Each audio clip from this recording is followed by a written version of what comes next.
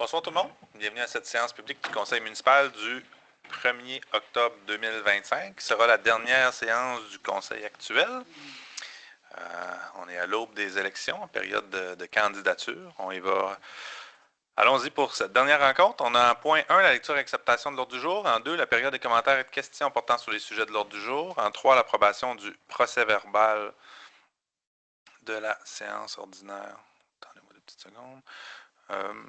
Du 8 septembre 2025. En 4, dossier de la mairie, 4.1 correspondance, 4.2 réhabilitation du rail et de retour du train de passagers de Via-Rail en Gaspésie.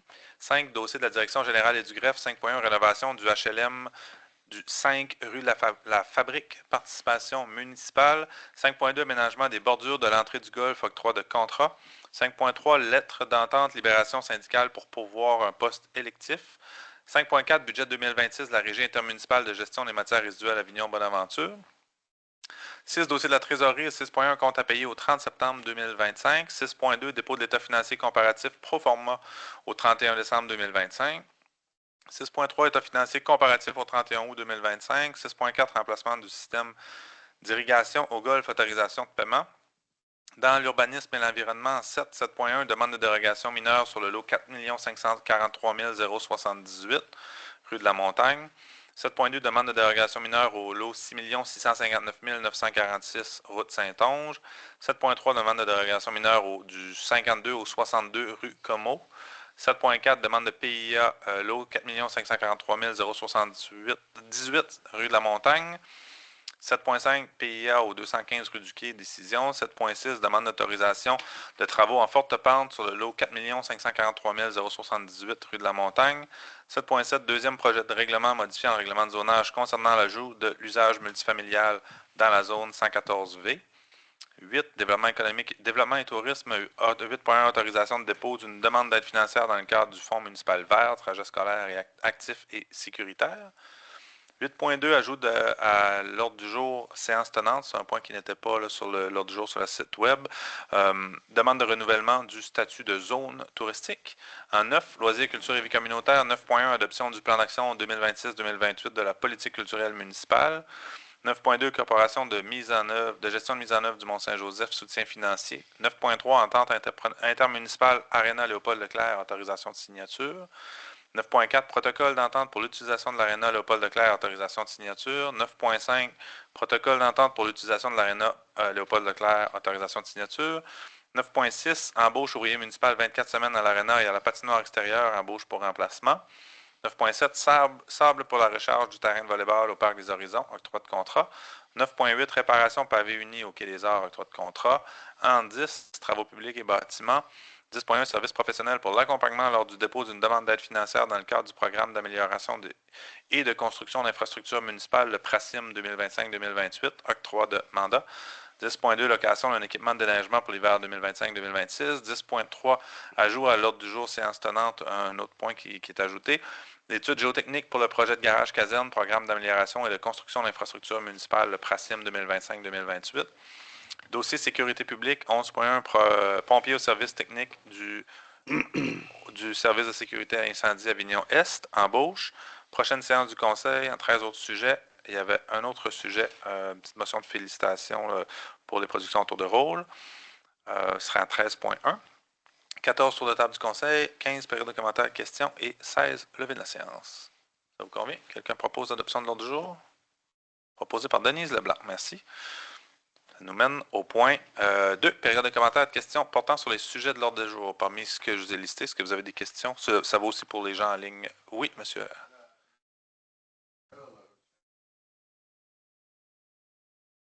C'est du côté Saint-Onge-Nord, dans la section là, des terrains qui appartiennent à la ville, là, qui sont pour le développement industriel. On dit industriel, c'est industriel léger. Il reste un lot de disponible qui va être divisé en deux. C'était prévu comme ça. C'est un grand lot qu'on subdivise au fur et à mesure. Et là, en le divisant en deux, on va se retrouver avec... il y a un de ces deux lots-là qui va manquer il va être trop petit, en fait, là, la façade est trop étroite, là. On parle de quelques centimètres, là, c'est minime, là. Mais donc c'est pour régler cette situation-là. D'autres questions? On y va, puis il y a toujours la période de questions habituelle à la fin, évidemment. Merci. Approbation du procès-verbal maintenant en 3. 3.1, c'est le procès-verbal de la séance du 8 septembre dernier. Vous l'avez tous reçu. Si c'est conforme, est-ce que j'ai un proposeur? Régis Leblanc propose. Merci. Dans les dossiers de la mairie, en 4 correspondances, on a reçu 2 correspondances, là, une concernant le retour du train de passagers, puis une deuxième de la MRC Avignon, là, qui est en fait le rapport annuel du comité de sécurité publique, là, qui recense toutes les interventions qui ont été faites par la Sûreté du Québec sur le territoire de la MRC Avignon. C'est un dépôt, les documents ont été déposés au Conseil. 4.2 maintenant, réhabilitation du rail et de retour du train de passagers de Villarail en Gaspésie. C'est une question qui nous avait été posée en dernière séance publique là, par Mme Allard, savoir si le Conseil avait pris position pour, concernant le retour du train de passagers. Ça n'avait pas été fait, comme je l'avais mentionné. Puis ce soir, on vient entériner un peu cette prise de position-là à travers une résolution qui demande essentiellement un retour du train de passagers. On veut que le retour du train de passagers soit de retour jusqu'à Gaspé, bien évidemment. Mais on se dit très favorable à ce que le train revienne progressivement au fur et à mesure de l'évolution, de l'avancement de la réfection du tronçon du chemin de fer. Si vous êtes d'accord, bien évidemment. Est-ce que ça vous va? Quelqu'un propose? Esteban Figueroa propose. Merci. 5. Dossier de la direction générale et du greffe. 5.1. Rénovation du HLM au 5 rue de la Fabrique, participation municipale. C'est le bâtiment entre l'église et l'école Bourg, qui a besoin de travaux majeurs. Maintenant, l'office municipal Carleton-Saint-Omer n'existe plus. On a fusionné dans l'office d'habitation BD Chaleur, qui regroupe là, toutes les OH de la MRC Avignon. Et bon, il y a un projet pour refaire complètement l'enveloppe et une partie des logements. C'est un projet de 5,4 millions, 5 416 510 très exactement, pour les 21 logements qui sont dans ce bâtiment-là. Et tous ces projets-là, la Société d'habitation du Québec paye 90% des coûts et demande aux municipalités de payer 10% des coûts.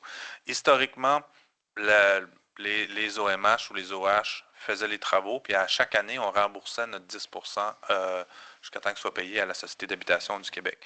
Maintenant, ils ont changé leur façon de faire. Ce qu'ils nous demandent, c'est toujours le même 10%, mais il faut le payer directement au début.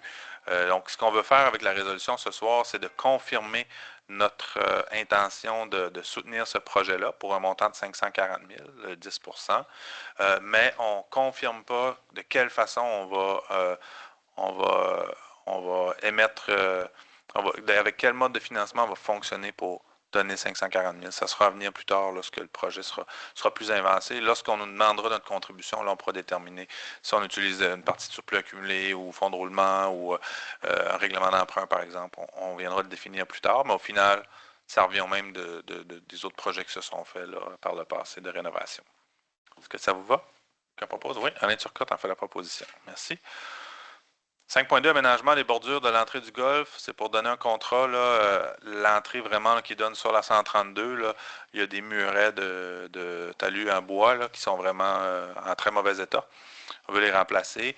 On est allé chercher une commandite de béton provincial pour avoir des gros blocs de béton, mais c'est des blocs qui sont esthétiques. Là. On en voit de plus en plus dans les aménagements paysagers. Ce n'est pas les blocs qui sont utilisés pour faire la circulation. C'est vraiment avec un fini intéressant. Donc, on a une contribution, on a un don sous forme de commandite de béton provincial pour les blocs et un contrat de données pour l'aménagement de tout ça à Aménagement d'Avignon. Son montant de 16 659 plus les taxes applicables. C'est des travaux qui seraient faits dès la fermeture du golfe là, cet automne. Ça vous va? Qui en propose? Simon Landry a fait la proposition. Merci. 5.3, lettre d'entente, libération syndicale pour pourvoir un poste électif. C'est une demande du syndicat.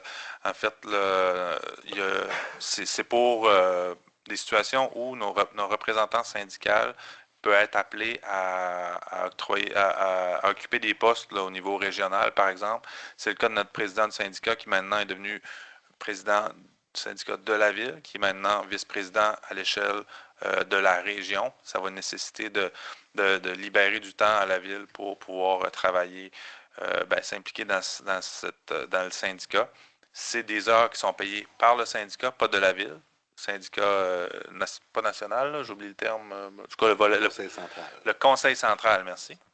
C'est le Conseil central Gaspésie-les-Îles qui va payer pour ça, mais nous, par lettre d'entente, on venait confirmer que cette personne-là peut, on va libérer du temps, là, que c'est à peu près entre 1 et 2 journées, l'équivalent d'une à 2 journées par mois pour vaquer à ses occupations, là, ce pas sélectif. Là. Ça vous va? Quelqu'un propose? Régis Leblanc propose, merci.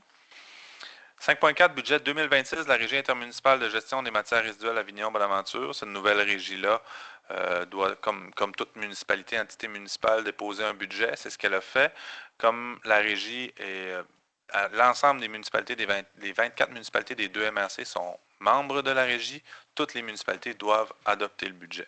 Le budget a été présenté en séance publique de la régie intermunicipale. Là, tout le monde est invité. Donc, je ne ferai pas la lecture là, détaillée. Mais simplement, ce soir, là, les membres du conseil ont reçu ce budget-là. Moi, je siège au conseil d'administration de la régie aussi pour s'assurer de faire entendre les enjeux de la ville. Là, ce que je vous dirais, le gros élément qui peut avoir un impact là, au niveau, dans notre ville, là, nous, tout l'ensemble des municipalités, c'est au coût d'enfouissement à la tonne. Pour le budget 2026, le coût d'enfouissement va passer de 150 à 140 de la tonne. Donc, il y a une diminution du coût d'enfouissement à la tonne pour la prochaine année. Ça vous va? Quelqu'un propose? Amélie Dallaire a fait la proposition. Merci. En 6, trésorerie, compte à payer au 30 septembre 2025 en 6.1. Vous avez tous reçu la liste des comptes à payer. Il y en avait pour un montant total de 985 952. Si c'est conforme, j'aurais besoin d'un proposeur pour l'adopter. Anne Turcotte propose. Merci. 6.2 maintenant, dépôt d'état financier comparatif pro forma au 31 décembre 2025. Ça, c'est une obligation légale que les municipalités ont de déposer chaque année une prévision. On part des... Pardon? Juste le mettre à l'écran ou pas? Ah, non, pas nécessairement. Vous pouvez le mettre, oui, ça peut, oui, on peut le mettre à l'écran. Donc, il faut prendre les chiffres au 31 août, au 30 août, 31 août, fin août, à la fin août, et faire un exercice de projection pour voir comment on estime pouvoir terminer l'année en cours, l'année 2025. L'exercice est un peu devancé. Habituellement, on le dépose à la fin octobre. On le fait début octobre, étant donné les élections. C'est une obligation qu'on a que de le déposer avant la tenue du processus d'élection. Ce qu'on peut vous dire présentement, c'est que on anticipe, j'y vais à rafale, mais on anticipe terminer l'année 2025 avec un surplus d'exercice de 196 933. Puis vous le voyez à l'écran, là, comment il s'explique. Là, on est allé dans les grandes rubriques, mais essentiellement, au niveau des revenus, on a une augmentation importante des revenus au camping de 190 000 par rapport à ce qu'on avait budgété. Les droits de mutation aussi, c'est ce qu'on appelle la taxe de bienvenue. C'est 30 000 au-dessus au niveau des revenus par rapport à ce qu'on avait budgété encore une fois. Les revenus éoliens, on avait été un peu plus prudent dans notre budget. Finalement, c'est 25 000 de plus qu'on va recevoir en revenus éoliens. Et on fait des intérêts aussi sur notre placement.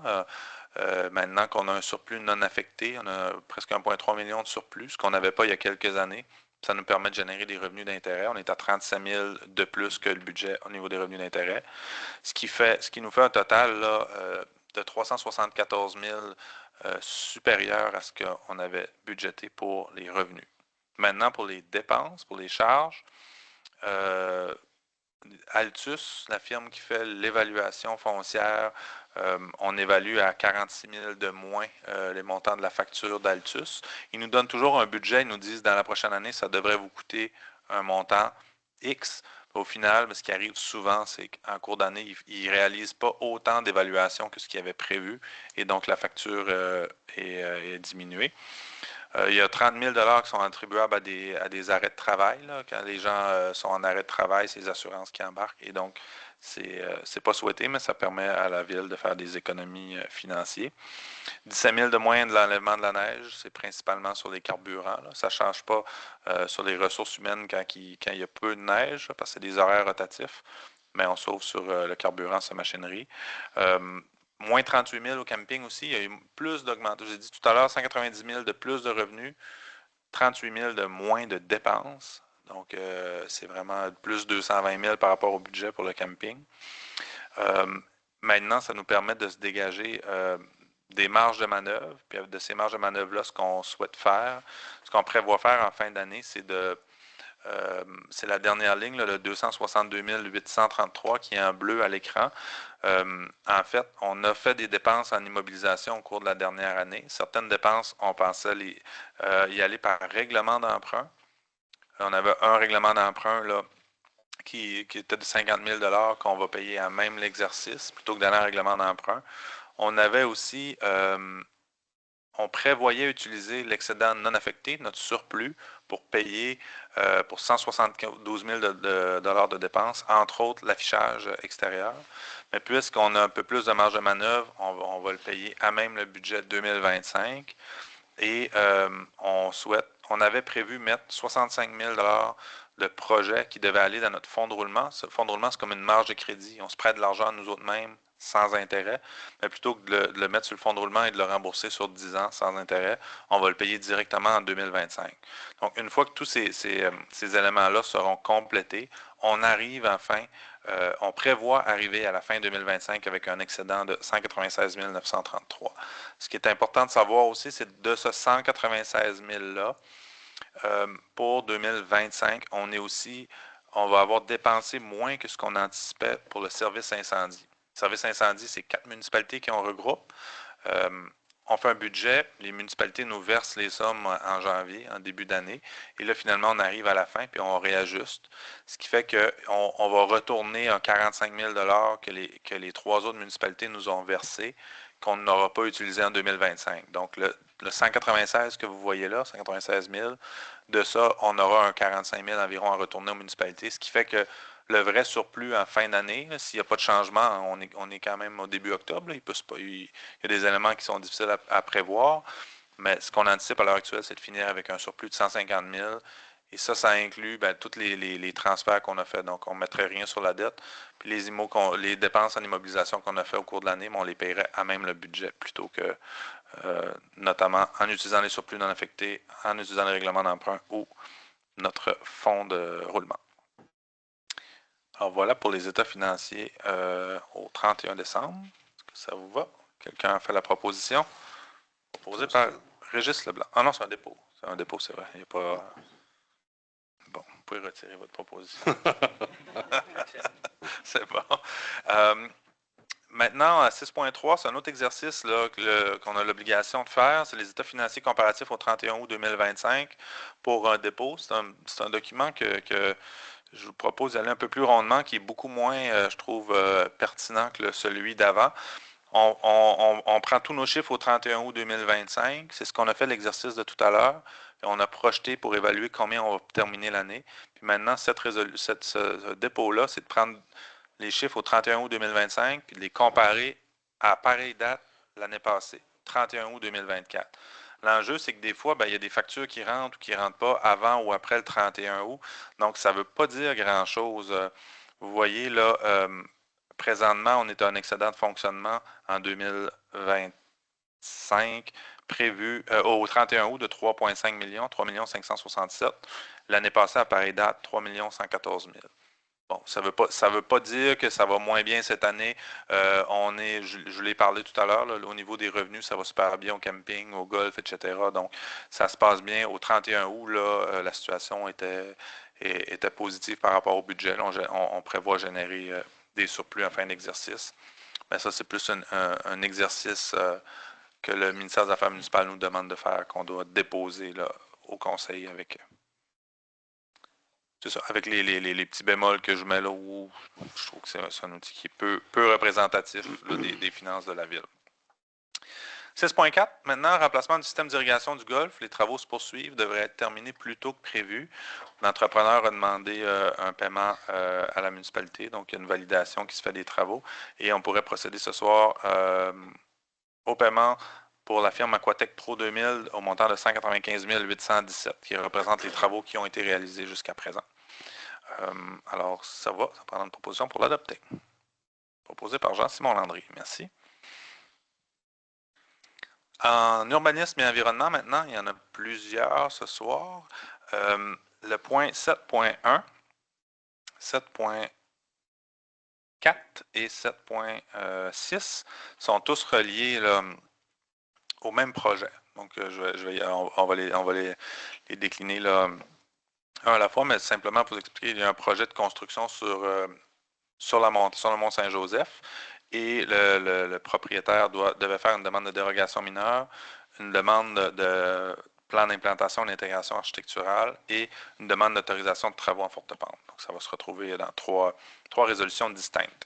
J'y vais avec ce projet-là, c'est 7.1, demande de dérogation mineure pour le lot 4 543 078 sur la rue de la Montagne. Mais en fait, je peux peut-être laisser M. Landry, si vous le voulez, présenter Est-ce que c'est correct si je présente dans un tout donc le point 7.1, le point 7.4 puis le point 7.6? Ça va peut-être être plus simple si je le présente dans un ensemble.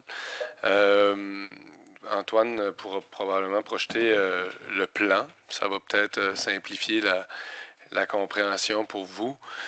Donc, vous voyez, pour vous situer à gauche, ben, vous voyez, bon, d'accord, pour vous situer avec ça, ça c'est la dernière rue à droite avant la guérite au sommet du mont Saint-Joseph. Je dis rue, mais chemin forestier, là. Donc, c'est la dernière entrée à droite, le chemin forestier, avant d'arriver à la guérite au mont Saint-Joseph. C'est un chemin qui a été aménagé en zigzagant, en bon français. Ça fait que c'est ce qui est une très bonne chose là, quand on parle d'aménagement de chemin forestier, notamment sur la montagne ici. Vous voyez l'eau qui est là en question. C'est un lot qui a déjà été défriché.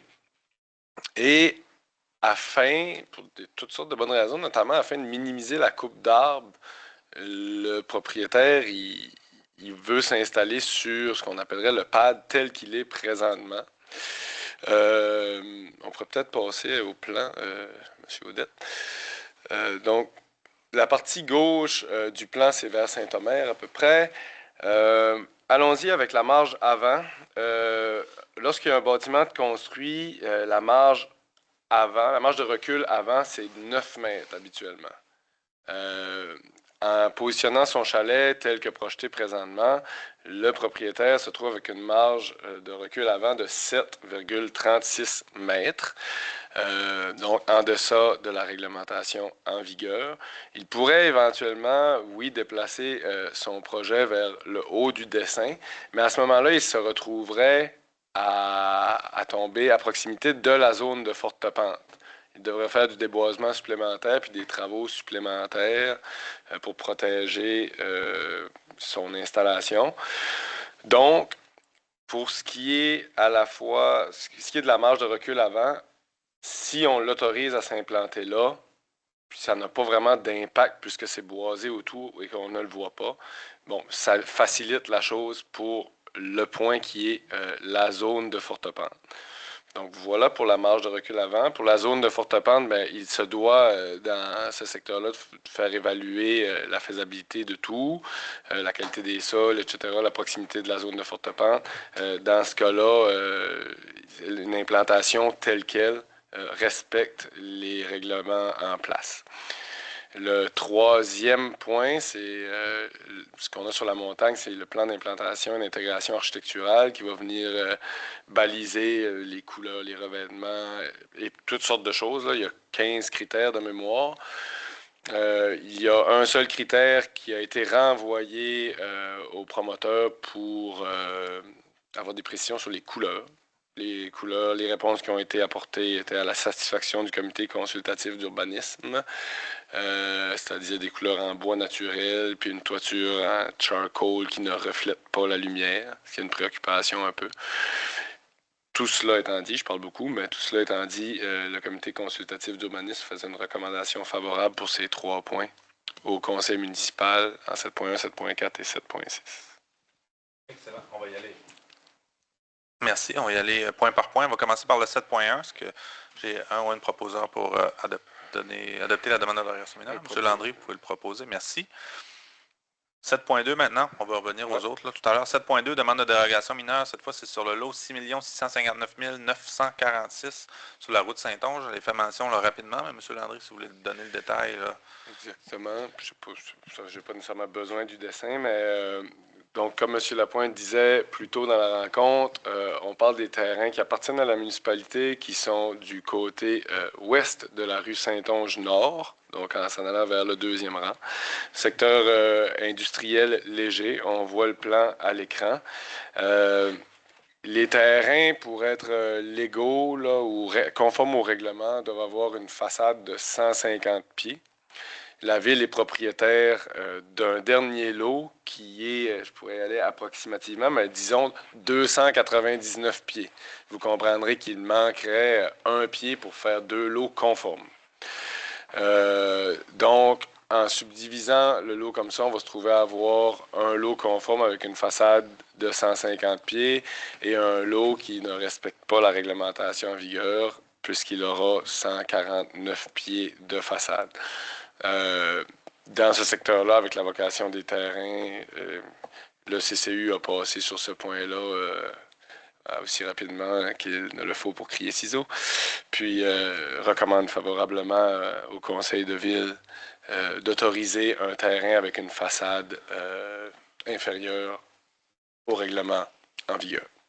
Merci. C'est 45,48 mètres. Puis la réglementation demandait une largeur minimale de 45,72. Est-ce que j'ai un ou une proposeur pour cette dérogation? M. Turcotte propose. Merci. 7.3 maintenant, notre demande de dérogation mineure, c'est pour l'immeuble qui contient du 52 au 62 rue Comeau. M. Landry? Oui. Pour les gens qui sont dans le secteur depuis un bon moment déjà, là, avant que la ville ouvre le nord de la rue Comeau avec les dernières rues qui ont été construites, il y avait les derniers bâtiments là, quand la rue devenait en terre. Donc, il y avait un bâtiment en ligne droite là, qui était la dernière coopérative d'habitation. Puis juste avant, il y a un bâtiment qui est comme en forme de V, la coopérative d'habitation du Ruisseau des Plans. C'est un bâtiment pour lequel la coopérative aimerait contracter une hypothèque pour réinvestir des sommes dans un projet de rénovation, d'investissement immobilier. Puis, pour ce faire, le bâtiment doit être conforme à la réglementation municipale. Dans ce cas-là, encore, il est question de la marge de recul avant. La rue est beaucoup plus large que la zone asphaltée. L'emprise de la municipalité est beaucoup plus large que la zone asphaltée. Ce qui fait que, bien que le bâtiment soit à une très bonne distance de l'asphalte, il se trouve à 5 mètres... 5, merci, monsieur le maire. Par chance, c'est moi qui le dis. 5,47 mètres de la rue. Ce qui est insuffisant pour être dans le conforme à la réglementation municipale. Puis comme c'est un terrain qui est en coin de rue, il se trouve à pas avoir de marge latérale. C'est une particularité de ces terrains-là. Ça fait que c'est le même règlement qui s'applique. Cela étant dit, c'est une situation qui est existante, qui est présente depuis bien longtemps déjà. C'est un bâtiment qui a été construit dans les années 80. Et puis, voilà. Ce n'est que ça l'enjeu. Donc, ça ne changera rien au quotidien. Puis ça va permettre au propriétaire d'aller chercher l'emprunt dont il a besoin pour procéder à ses travaux. C'est ça, monsieur le maire. Merci. Est-ce que j'ai un proposeur pour adopter la dérogation mineure? Proposé par Esteban Figueroa. Merci. 7.4, demande de PIA sur le lot 4 543 078. Rue de la Montagne, c'est ce qui a été expliqué par M. Landry. Un ou une proposeur? Je peux proposer, monsieur le maire. Proposé par M. Landry, merci. 7.5, demande de PIA au 215 rue du Quai. Vous le saluez encore? Oui. Dans ce dossier, on se retrouve sur le terrain du restaurant Marin d'eau douce. Au sud du restaurant et de la maison historique, si on veut, il y a un shed, un cabanon. Et puis ce cabanon-là, le propriétaire veut simplement l'agrandir. Comme c'est un secteur de la ville qui est soumis à un plan d'implantation et d'intégration architecturale, tous les projets pour lesquels il y a des permis doivent passer par le TRI, le tamis du PIA.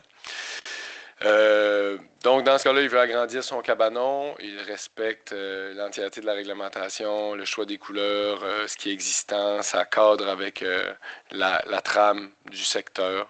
À noter que le propriétaire a fait des efforts en amont pour la manière qu'il a aménagé son cabanon. Puis, bref. Il n'y avait pas d'enjeu de ce côté-là dans le respect du plan d'intégration et d'implantation architecturale et le comité consultatif d'urbanisme en faisait une recommandation favorable au conseil. Merci. Quelqu'un propose? Amélie Dallaire fait la proposition. Merci. 7.6, demande d'autorisation de travaux en forte pente, lot 4 543 078. Ça a encore été expliqué par M. Landry tout à l'heure. C'est pour le même projet sur le Mont-Saint-Joseph. Alain Turcotte en fait la proposition. Merci. 7.7, maintenant, deuxième projet de règlement modifiant le règlement de zonage concernant l'ajout de l'usage multifamilial dans la zone 114V adoption. Ça a été présenté, là, le premier projet de règlement en dernière séance publique. C'est pour ajouter cet usage-là dans le secteur, en fait, spécifiquement là, autour de la résidence chez Stanley. Il y a un projet de conversion de la résidence là, qui, à l'heure actuelle, il n'y a plus de résidents dans la résidence, mais il y a des promoteurs qui veulent la convertir en logement locatif. Et pour ça, il faut adapter notre règlement de zonage pour cette zone-là, pour permettre multifamilial. Est-ce que ça vous va? Quelqu'un propose? Posé par Amélie Dallaire. Merci. 8. Développement et tourisme. Autorisation à 8.1 du dépôt d'une demande d'aide financière dans le cadre du Fonds municipal vert, trajet scolaire actif et sécuritaire. C'est un programme de la Fédération canadienne des municipalités. On veut déposer une demande pour aller chercher une subvention de 150 000 $ pour faire... en fait, on a un plan de déplacement actif dans la ville autour des corridors scolaires qui relie l'école Beau jusqu'à la rue F. Leblanc là, qui mène à 132 là, à l'intersection de la rue du Quai. Ça a été fait, il y a du marquage qui a été fait, mais dans la section où cette piste-là doit passer, sur la rue Comeau, donc entre le garage municipal à peu près, et la rue du Centre civique, la rue de Comeau est tellement en mauvais état que là, on ne l'a pas balisé encore, et c'est ce qu'on veut venir financer, là, les interventions dans ce secteur-là, avec cette subvention-là. La résolution vise à autoriser notre directeur Vincent Landry du développement et du tourisme à déposer une demande d'aide financière, puis on confirme que la ville va mettre 20 % si on est accepté. Il y a une contribution minimale de la ville qui est demandée de 20 %. Ça représente 35 000 $ dans ce projet-là. Ça vous va? Quelqu'un propose? Proposé par Esteban Figueroa. Merci. 8.2, c'est un ajout à l'ordre du jour, comme je le mentionnais d'entrée de jeu, une demande de renouvellement pour le statut de zone touristique. C'est un statut qui est octroyé par le ministère de l'Économie, de l'Innovation et de l'Énergie. C'est assez technique, là, mais qui doit être renouvelé aux 5 ans. Puis lorsqu'on a ce statut-là, ça permet à nos commerçants d'avoir des heures d'ouverture plus grandes. Les heures d'ouverture sont régulées et en étant zone touristique, ben, ça donne un petit peu plus de latitude à nos commerçants. Si vous êtes d'accord, on l'était reconnu, puis on voudrait renouveler cette reconnaissance-là pour les 5 prochaines années. Ça vous va? Amélie Dallaire a fait la proposition. Merci.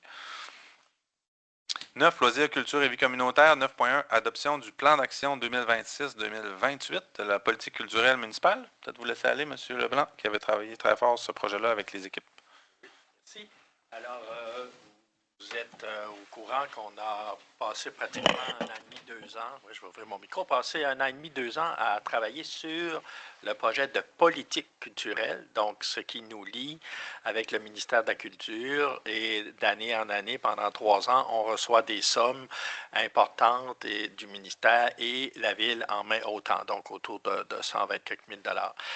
Une fois qu'on a une politique, comment on fait pour dépenser les sous? Bien, on a bâti un plan d'action qui a été présenté et a fait des allers-retours entre le conseil municipal, la direction du service des loisirs de la culture et tous les partenaires qui sont à l'intérieur de notre politique.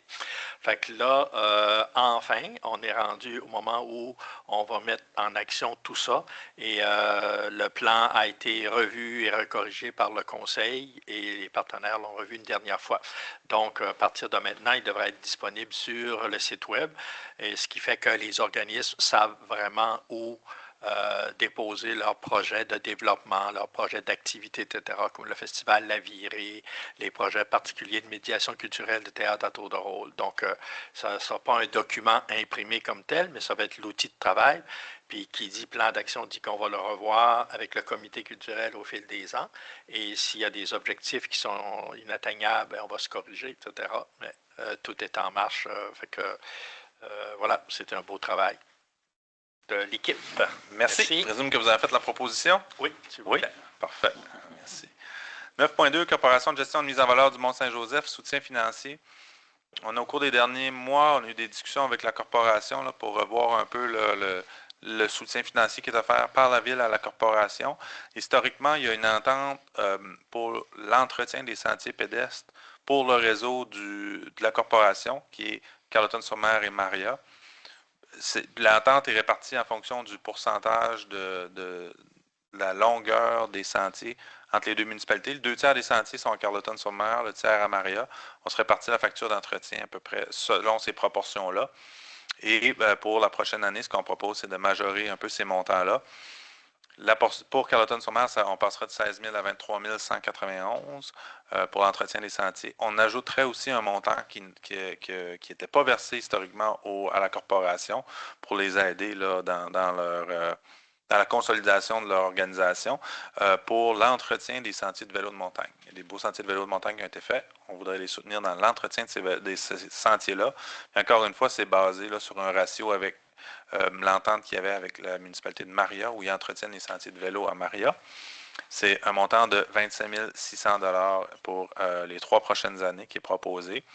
Et aussi, historiquement, la ville, historiquement depuis 3 ans, la ville donne un montant à la corporation pour faire des projets de développement. Eux, ce qu'ils nous ont dit, c'est oui, c'est bien des projets de développement, mais ils sont plus en phase de consolidation. Et là, ils veulent donc consolider leur organisation, mettre la pédale un peu plus douce sur les projets de développement pour la prochaine année, du moins. Et donc, ce qu'on ferait, c'est qu'on donnerait les mêmes montants, c'est-à-dire on passerait de 26 000 à 25 000 pour ce volet-là, mais il ne serait plus rattaché nécessairement à des projets de développement. Avant ça, ils devaient nous remettre des factures pour dire voici ce qu'on a fait comme projet de développement. Ça va leur permettre de leur offrir un soutien à la mission là, de façon générale pour les appuyer dans la mission de la corporation. Ça va super bien. Il y a eu beaucoup d'activités cet été, encore une fois. C'est un beau produit d'appel pour Carleton-sur-Mer, puis on souhaitait poursuivre notre contribution collaboration. Ça vous va, membre du conseil? Oui. Jean-Simon a fait la proposition. Merci. 9.3, entente intermunicipale, Aréna Léopold-Leclerc, autorisation de signature. On a parlé beaucoup des ententes intermunicipales. Le projet d'entente, là, proprement dit, là, on a reçu les résolutions des municipalités là, de New Richmond, de Maria et de Escuminac. Et là, on doit procéder à la signature de l'entente. Et pour ça, ça me prend une résolution pour m'autoriser à le faire. Quelqu'un propose? Denise Leblanc propose. Merci. 9.4 et 9.5, c'est le même principe. Protocole d'entente pour l'utilisation de l'aréna Léopold-Leclerc. 9.4, c'est le protocole avec l'Association du hockey mineur de Carleton-sur-Mer. Il y a une gratuité de glace qui est offerte à l'Association du hockey mineur. Puis on voulait formaliser ça dans une entente. Et dans cette entente-là, ça vient aussi définir là, le partage d'informations entre l'association et la ville qui peuvent nous transmettre des renseignements. Notamment sur la provenance des usagers. Et on voulait faire ça vraiment pour être le plus avec le plus de rigueur possible. Donc 9.4, on signe, ça serait pour autoriser moi-même et Laurie Gallagher, coordonnatrice loisirs, sport et plein air, à signer l'entente avec l'Association du hockey mineur. Quelqu'un propose? Régis Leblanc propose. 9.5, c'est le même principe, mais cette fois avec le club de patinage artistique. Autoriser Laurie Gallagher et moi-même. Quelqu'un propose? Amélie Dallaire fait la proposition. Merci. 9.6, embauche d'un ouvrier municipal 24 semaines à l'aréna et à la patinoire extérieure qui est à l'OTJ pour un remplacement, une embauche. On va procéder à l'embauche de M. Gabriel Roy, qui travaillait, là, qui a été stagiaire avec nous à la ville et qui a travaillé l'été passé à l'accueil au camping. Les 2 derniers étés à l'accueil au camping. Il va poursuivre à l'aréna. Si ça vous convient, évidemment. Quelqu'un propose? Régis Leblanc fait la proposition. Merci. 9.7, sable pour la recharge du terrain de volleyball au Parc des Horizons. On veut octroyer un contrat pour renouveler là, le sable. Ça nécessite là, une intervention. Très utilisé d'ailleurs, le terrain de volleyball. On l'a vu cet été. On va en profiter pour redresser les poteaux là, qui avaient besoin d'un petit ajustement. C'est un montant de 11 528 et 44 pour le remplir. Il faut savoir que c'est du sable spécifique à terrain de volleyball, là. C'est un contrat qui sera donné à une entreprise Savaria qui est dans le secteur de Trois-Rivières. C'est là où eux fournissent souvent le sable pour ces installations-là, les trappes de sable des golfs, etc. Ils ont le matériel nécessaire pour cette activité. Quelqu'un propose? Alain Turcotte en fait la proposition. Merci. 9.8, réparation du pavé uni au Quai des Arts. On voudra octroyer un contrat à l'entreprise Aménagement d'Avignon au montant de 9 898,82 là, pour. On ne veut pas remplacer le pavé, on veut simplement. Il y a des dalles qui sont décollées, qui sont déplacées, affaissées. On veut refaire là, un peu le même principe qui a été fait autour de l'hôtel de ville. Donc, corriger un peu là, certaines anomalies. Ça va? Quelqu'un propose? Juste Leblanc propose. Merci. En 10, travaux publics et bâtiments. 10.1, services professionnels pour l'accompagnement lors du dépôt d'une demande d'aide financière dans le cadre du programme d'amélioration et de construction d'infrastructures municipales, le PRACIM 2025-2028. Il y a 2 points là, en lien avec ça.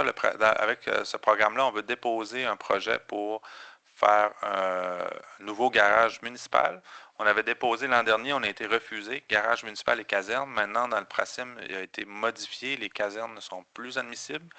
On veut déposer un projet pour le garage et pour déposer, ce qu'on souhaite faire, c'est de donner un mandat à la firme consultant OPR. C'est un coût de 5 000 $ pour nous accompagner pour travailler sur un devis de performance. Il y a une nouvelle façon de travailler, mais qui nous permettrait possiblement de réduire les coûts du projet total. Donc, ils vont nous aider à bien identifier les besoins.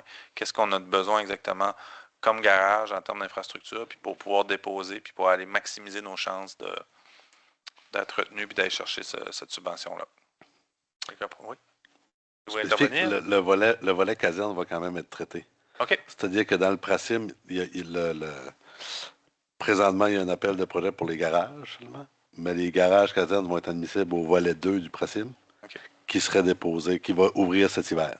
Okay. Donc, pour ce mandat-là, on va également faire l'analyse de besoins pour les 2 entités qui seraient regroupées dans le bâtiment.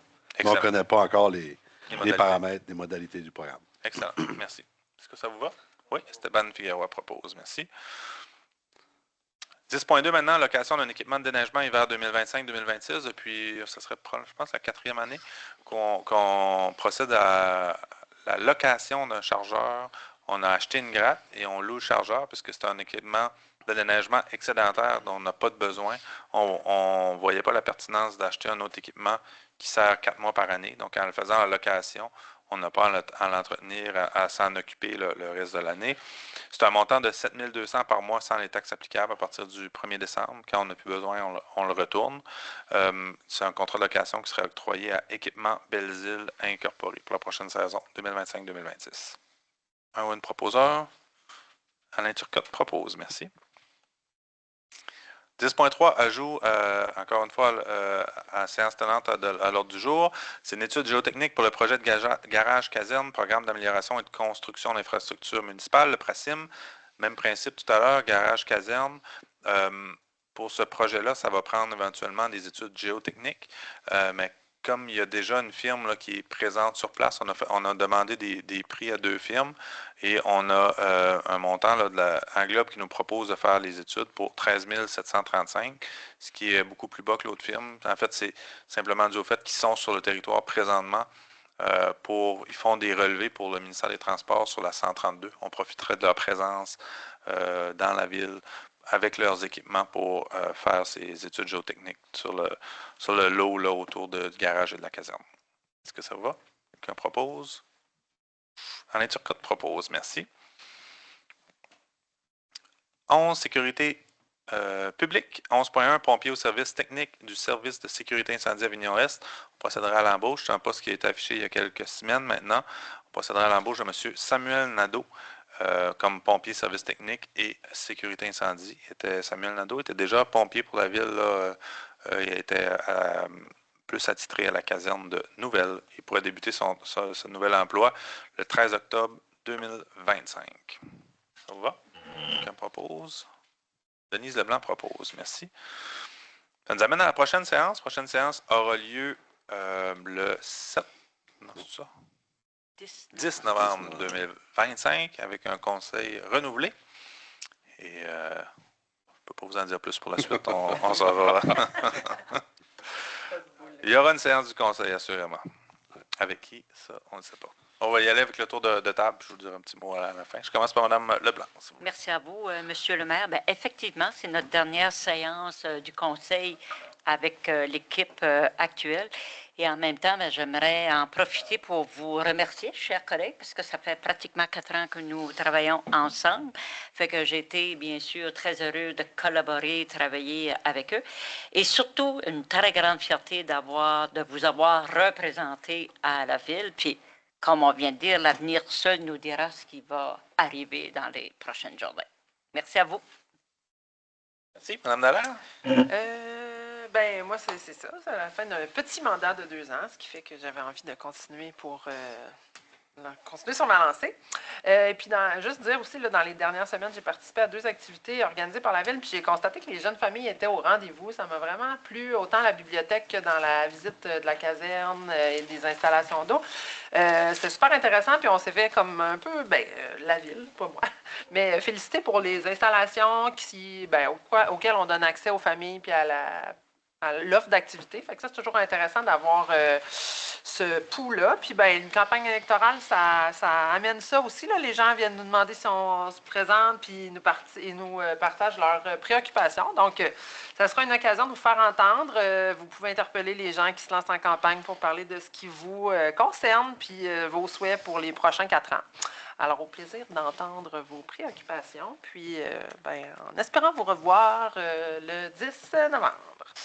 Exact. Merci, bonne fin de soirée. Merci, M. Leroy. Allô? Dernière semaine, on a rencontré le Mont-Saint-Joseph. C'était le comité qui s'est rencontré pour assurer la pérennité du Mont-Saint-Joseph. Ça nous a permis de plus les connaître et puis de voir là, tout le travail qu'ils peuvent faire, qu'ils puissent faire là, en haut là-bas. Puis c'était très important pour nous autres de les soutenir. Puis en même temps, je vous encourage à aller voter pour un nouveau conseil. Merci. Merci. M. Landry. Dernier tour de table. Ouais. Je ne changeais pas d'idée. Ceci, je vais, bon français, je shotgunnerai la levée de l'Assemblée tantôt. Donc, ce shotgun sera ma dernière intervention. Celle-ci est donc mon avant-dernière intervention. Ça fait 12 ans que je suis élu. J'ai été élu en novembre 2013. Je portais ce chandail-là. Je suis bien content de toujours rentrer dedans.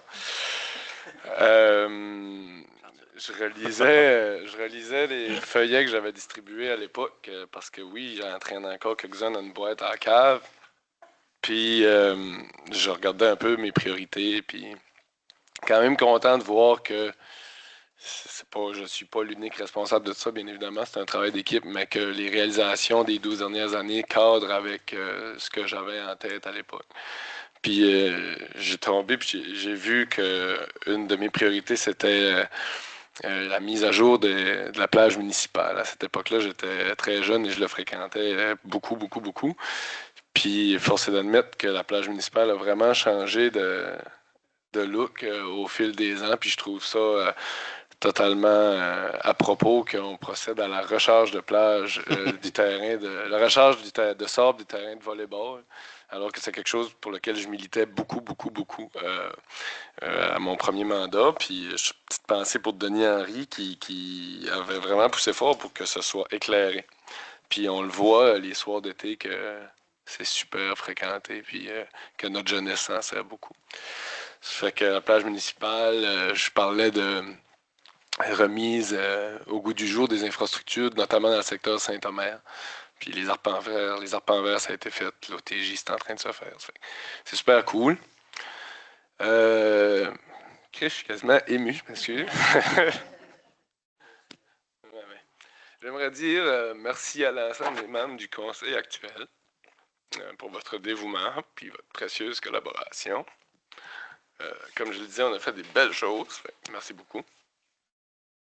Merci aussi aux membres des conseils précédents. M. Falardeau, vous êtes là. Vous avez été là jusqu'en 2013.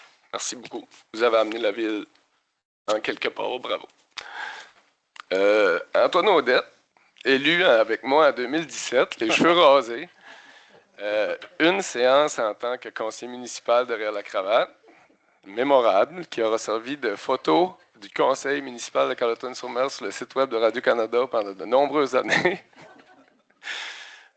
Antoine, merci pour ton professionnalisme, ta soif d'apprendre et ta grande capacité de mobilisation. Tu amènes l'équipe municipale. Tu amènes vraiment l'équipe municipale à un bel endroit. Puis tu les pousses à se dépasser, puis c'est précieux.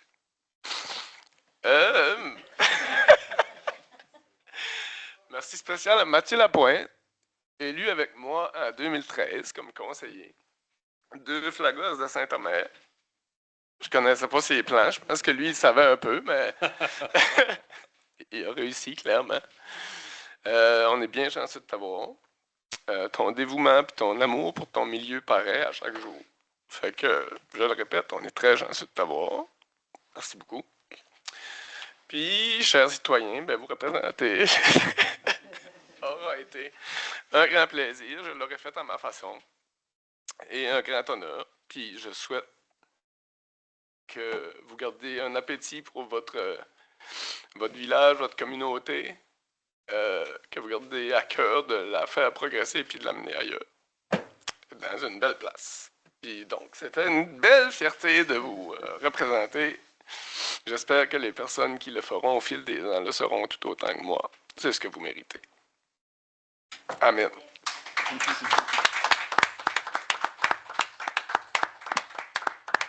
Merci beaucoup, M. Figueroa, avec autant d'émotion. Non, merci Jean-Simon. Merci pour le travail quand même. 3 mandats, c'est quand même quelque chose. Puis on dit souvent qu'il faut savoir quitter, donc je pense qu'il quitte la tête haute pour le travail qu'il a fait depuis plusieurs années. Merci encore pour tout ce que tu fais depuis quelques années. Puis je suis sûr que tu vas trouver d'autres implications assez dynamiques comme tu es. Donc merci. Puis un petit mot pour vous dire, un peu comme Amélie mentionnait tantôt, là, il y a des activités un peu pour tout le monde qu'on planifie à la municipalité. Samedi, d'ailleurs, il y avait, Amélie était présente aussi, là, à la bibliothèque, on a fait un peu le lancement de la politique familiale et des personnes aînées. C'était un lancement un peu informel, là. Il y avait des familles avec des jeunes enfants, puis ils nous ont souligné d'ailleurs, là, ils venaient nous parler pour nous dire comment il y a un aménagement qui était fait à la bibliothèque justement pour donner un meilleur accès aux enfants. Puis tout le monde était bien content. Donc je voyais qu'il y a quand même une certaine fierté de ce qu'on a, des lieux qu'on a à la ville, que ce soit la bibliothèque ou d'autres, mais dans ce cas-là, c'était la bibliothèque, qui rend la ville assez attrayante aussi pour les personnes qui viennent s'installer ici, les jeunes familles surtout. Et voilà, mais les élections s'en viennent. Là. Vendredi, c'est la dernière journée pour mettre vos candidatures sur celles qui réfléchissent encore. En ce moment, il y a 2 candidats sur les postes que Jean-Simon laisse disponibles, donc je leur souhaite bonne chance dans la course. Puis s'il y en a d'autres candidats ou candidates qui se présentent dans d'autres postes, ça va être, comme toute démocratie, ça va être une belle campagne, j'espère, s'il y en a des campagnes pour d'autres personnes. Fait que merci et bonne soirée. Merci. M. Leblanc? J'oublie. Oui, allez-y. Oui, avant de tomber moi aussi dans les émotions, je ne sais pas si on peut revenir à autre point. Je voudrais quand même déposer une motion de félicitations pour l'équipe 2025 du Théâtre à tour de rôle qui, en fêtant le 40e anniversaire du théâtre, nous ont fait faire un très beau voyage dans le temps. Beau voyage du développement culturel de Carleton en nous permettant de rencontrer un des bâtisseurs de l'époque, M. Rémi Bugeaud et feu Jean-Paul Guité. C'est des gens qui ont cru à la création du théâtre d'auteur à Carleton-sur-Mer en développant avec des soutiens financiers du fédéral le théâtre de la Moluque à l'époque, qui est un ancien garage municipal. Fait qu'on a fait vraiment un beau voyage grâce au travail de recherche de Mme Joubert, Cyrielle, sa collègue, et Sophie Gemme. Ils ont vraiment fait une belle soirée et on a pu entendre les directeurs artistiques des différentes époques nous raconter comment ça s'est fait, le développement. Alors, c'était une soirée hyper enrichissante, fait qu'ils méritent un peu nos félicitations. Alors, on revient autour de table. Voulez-vous donner l'avis de motion pour la motion de félicitations? Oui, j'aimerais bien si tu veux le faire.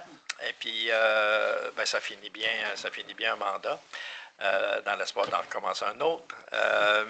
Je voudrais, moi, remercier, évidemment, les 3 personnes qui étaient au conseil municipal quand on est arrivé, Esteban, moi et Amélie.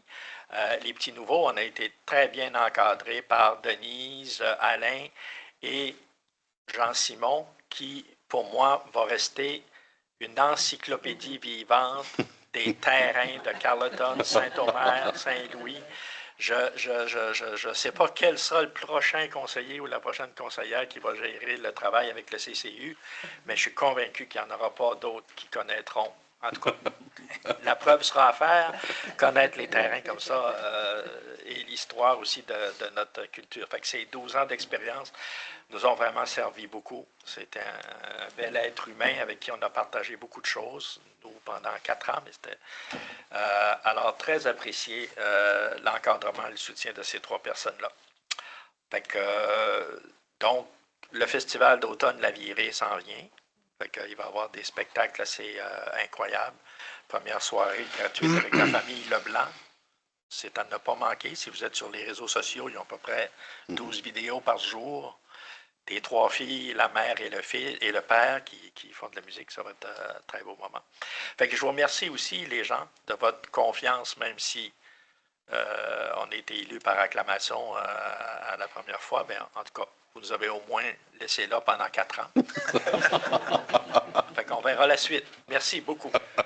Merci, M. Leblanc. Ben, à mon tour de vous saluer, en fait. Là, c'est la fin d'un autre mandat. C'est 4 ans, on le dit souvent, là, 4 ans, c'est long, mais en même temps, une fois qu'on est embarqué, on se vire de bord, puis on a déjà 4 ans de passé. Puis dans le monde municipal, il y a des projets qui avancent vite et des projets qui avancent moins vite, mais à 4 ans, on a le temps de faire sa marque, de laisser des réalisations. Puis je veux vous remercier, tout le monde autour de la table, de votre belle collaboration les 4 dernières années. Pour moi, conseil municipal, une administration municipale, c'est bien fait. On a un conseil, des gens qui sont là pour donner justement leur avis. On avait des personnes avec différents points de vue sur plein de sujets, puis ça nous a permis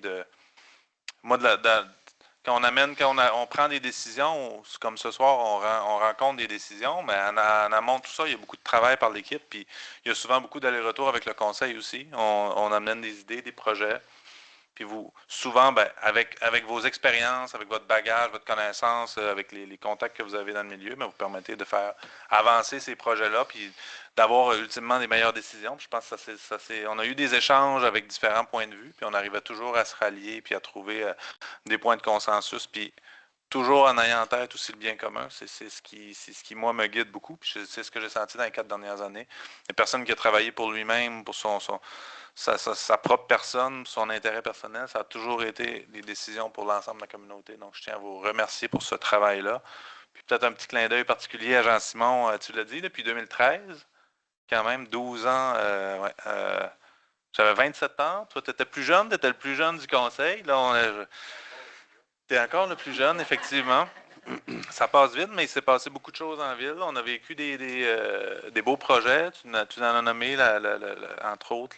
Je sais que tu avais un attachement particulier pour tout ce qui se passe du secteur Saint-Omer. On a vécu des situations plus difficiles aussi dans ces dernières années-là. Des fois, ça ne paraît pas tout le temps à la caméra, mais derrière ça, il y a des projets qui sont plus difficiles, des situations plus difficiles. Mais je pense que ça s'est super bien déroulé. Donc, je tenais vraiment à te remercier pour cette implication-là.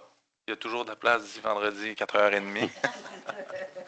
C'était vraiment un réel plaisir de travailler avec toi. On se connaissait un peu. Maintenant, j'ai appris à te connaître davantage. Puis, ça a été vraiment, vraiment apprécié ton dévouement et ton intérêt marqué pour le développement de la ville. Tu seras toujours le bienvenu. Tes conseils seront toujours, évidemment, très sollicités et très appréciés. Même si tu ne fais plus partie du conseil, ça me faire grand plaisir, si je suis là, bien évidemment, de continuer à te solliciter pour des conseils et réflexions de tout genre.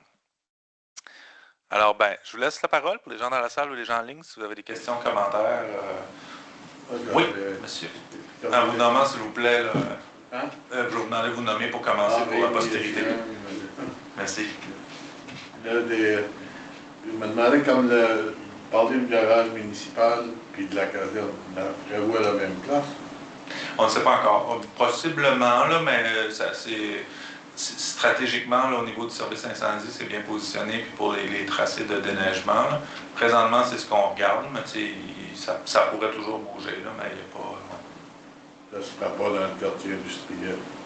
Ça serait plus difficile parce que pour les services incendies, entre autres, la caserne doit être proche. Là, il est bien positionné, là, des gros épiceries, écoles secondaires, cégep, quai des arts, donc on va être le plus proche possible de ces installations-là, entre autres. Ouais. Puis le Mont-Saint-Joseph, la chapelle, il est disait que la toiture, à un moment donné, pour que ça soit fait, c'est-tu encore dans le projet ou...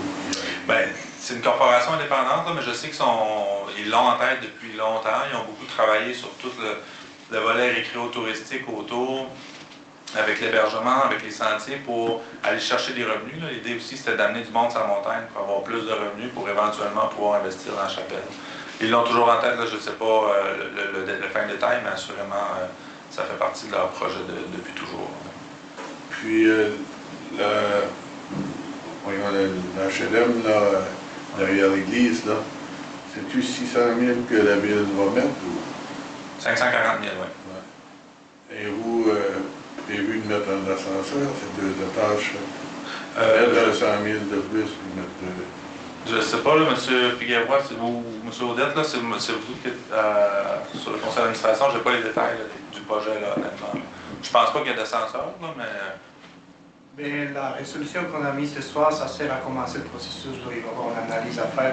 C'est des grosses rénovations. C'est un bâtiment qui est quand même assez vétuste.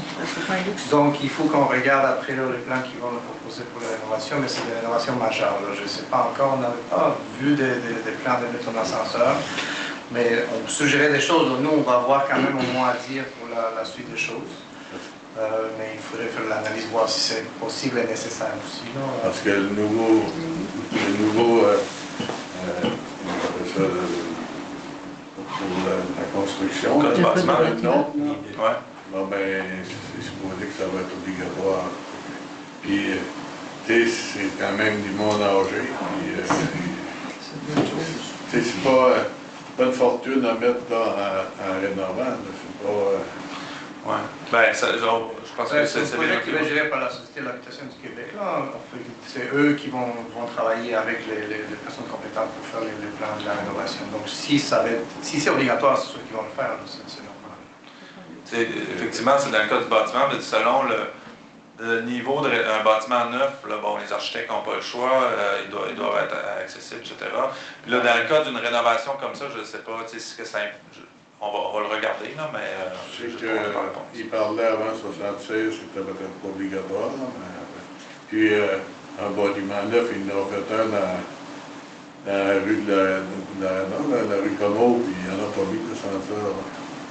Ils ne suivent pas les normes tout le temps, là, pour le moment.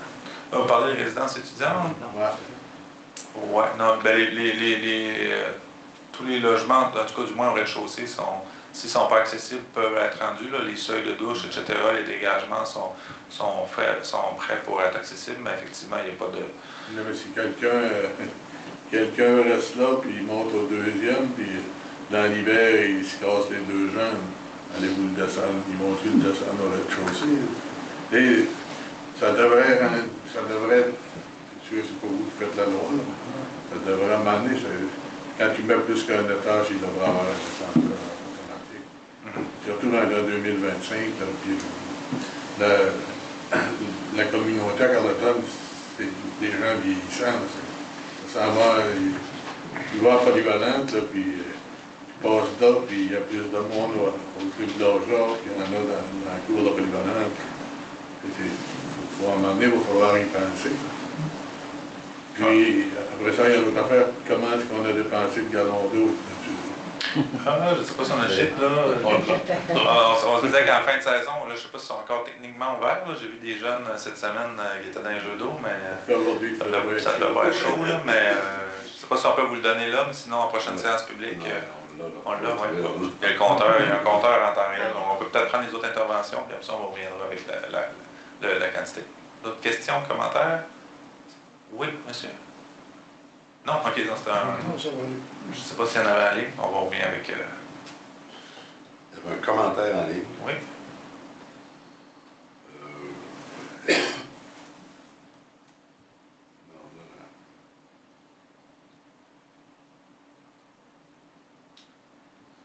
Parce que la recherche ne se trouverait pas, là, mais on a la consommation réelle. Là.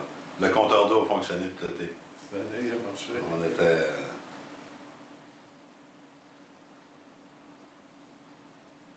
Mais je trouve pas c'est plate, je trouve pas le document de bilan final.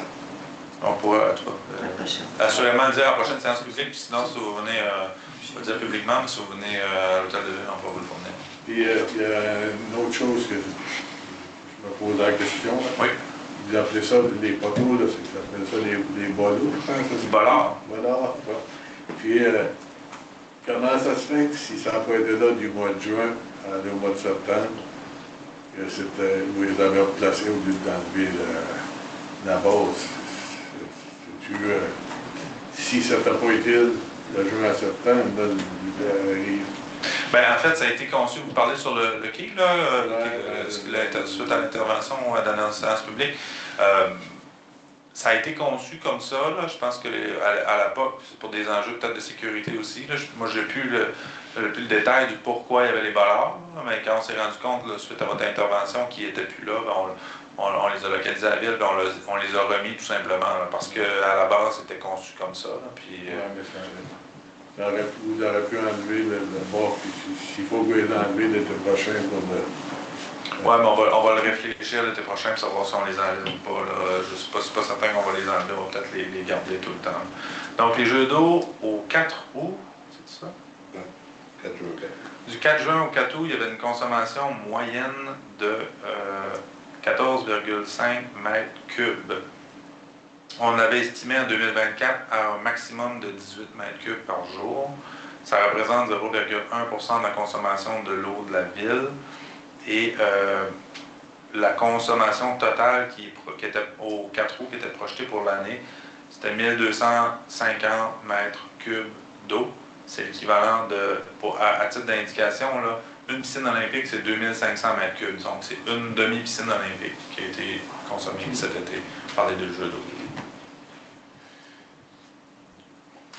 Ça va? S'il n'y a pas d'autres questions, on pourrait procéder à la levée de la séance. Il y avait un commentaire, pardon, oui. Je peux vous le lire, Monsieur le maire et membres du conseil. C'est provient de l'école TIR, c'est dans la continuité de la thématique de la fin de mandat. Bravo pour le travail accompli au cours des 4 dernières années par toute l'équipe du conseil municipal. Vous avez bien représenté la ville de Carleton-sur-Mer et en tant que citoyenne, je suis fier de notre conseil. Nul doute que vous saurez continuer de travailler avec autant de respect et de générosité.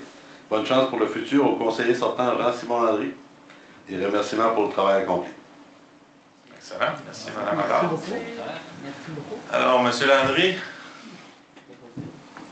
Je propose. propose la fin de la rencontre et du nerf. Merci beaucoup. Merci tout le monde. Merci. Mais oui, c'est même pas moi qui veux plus. Encore une fois, j'ai pas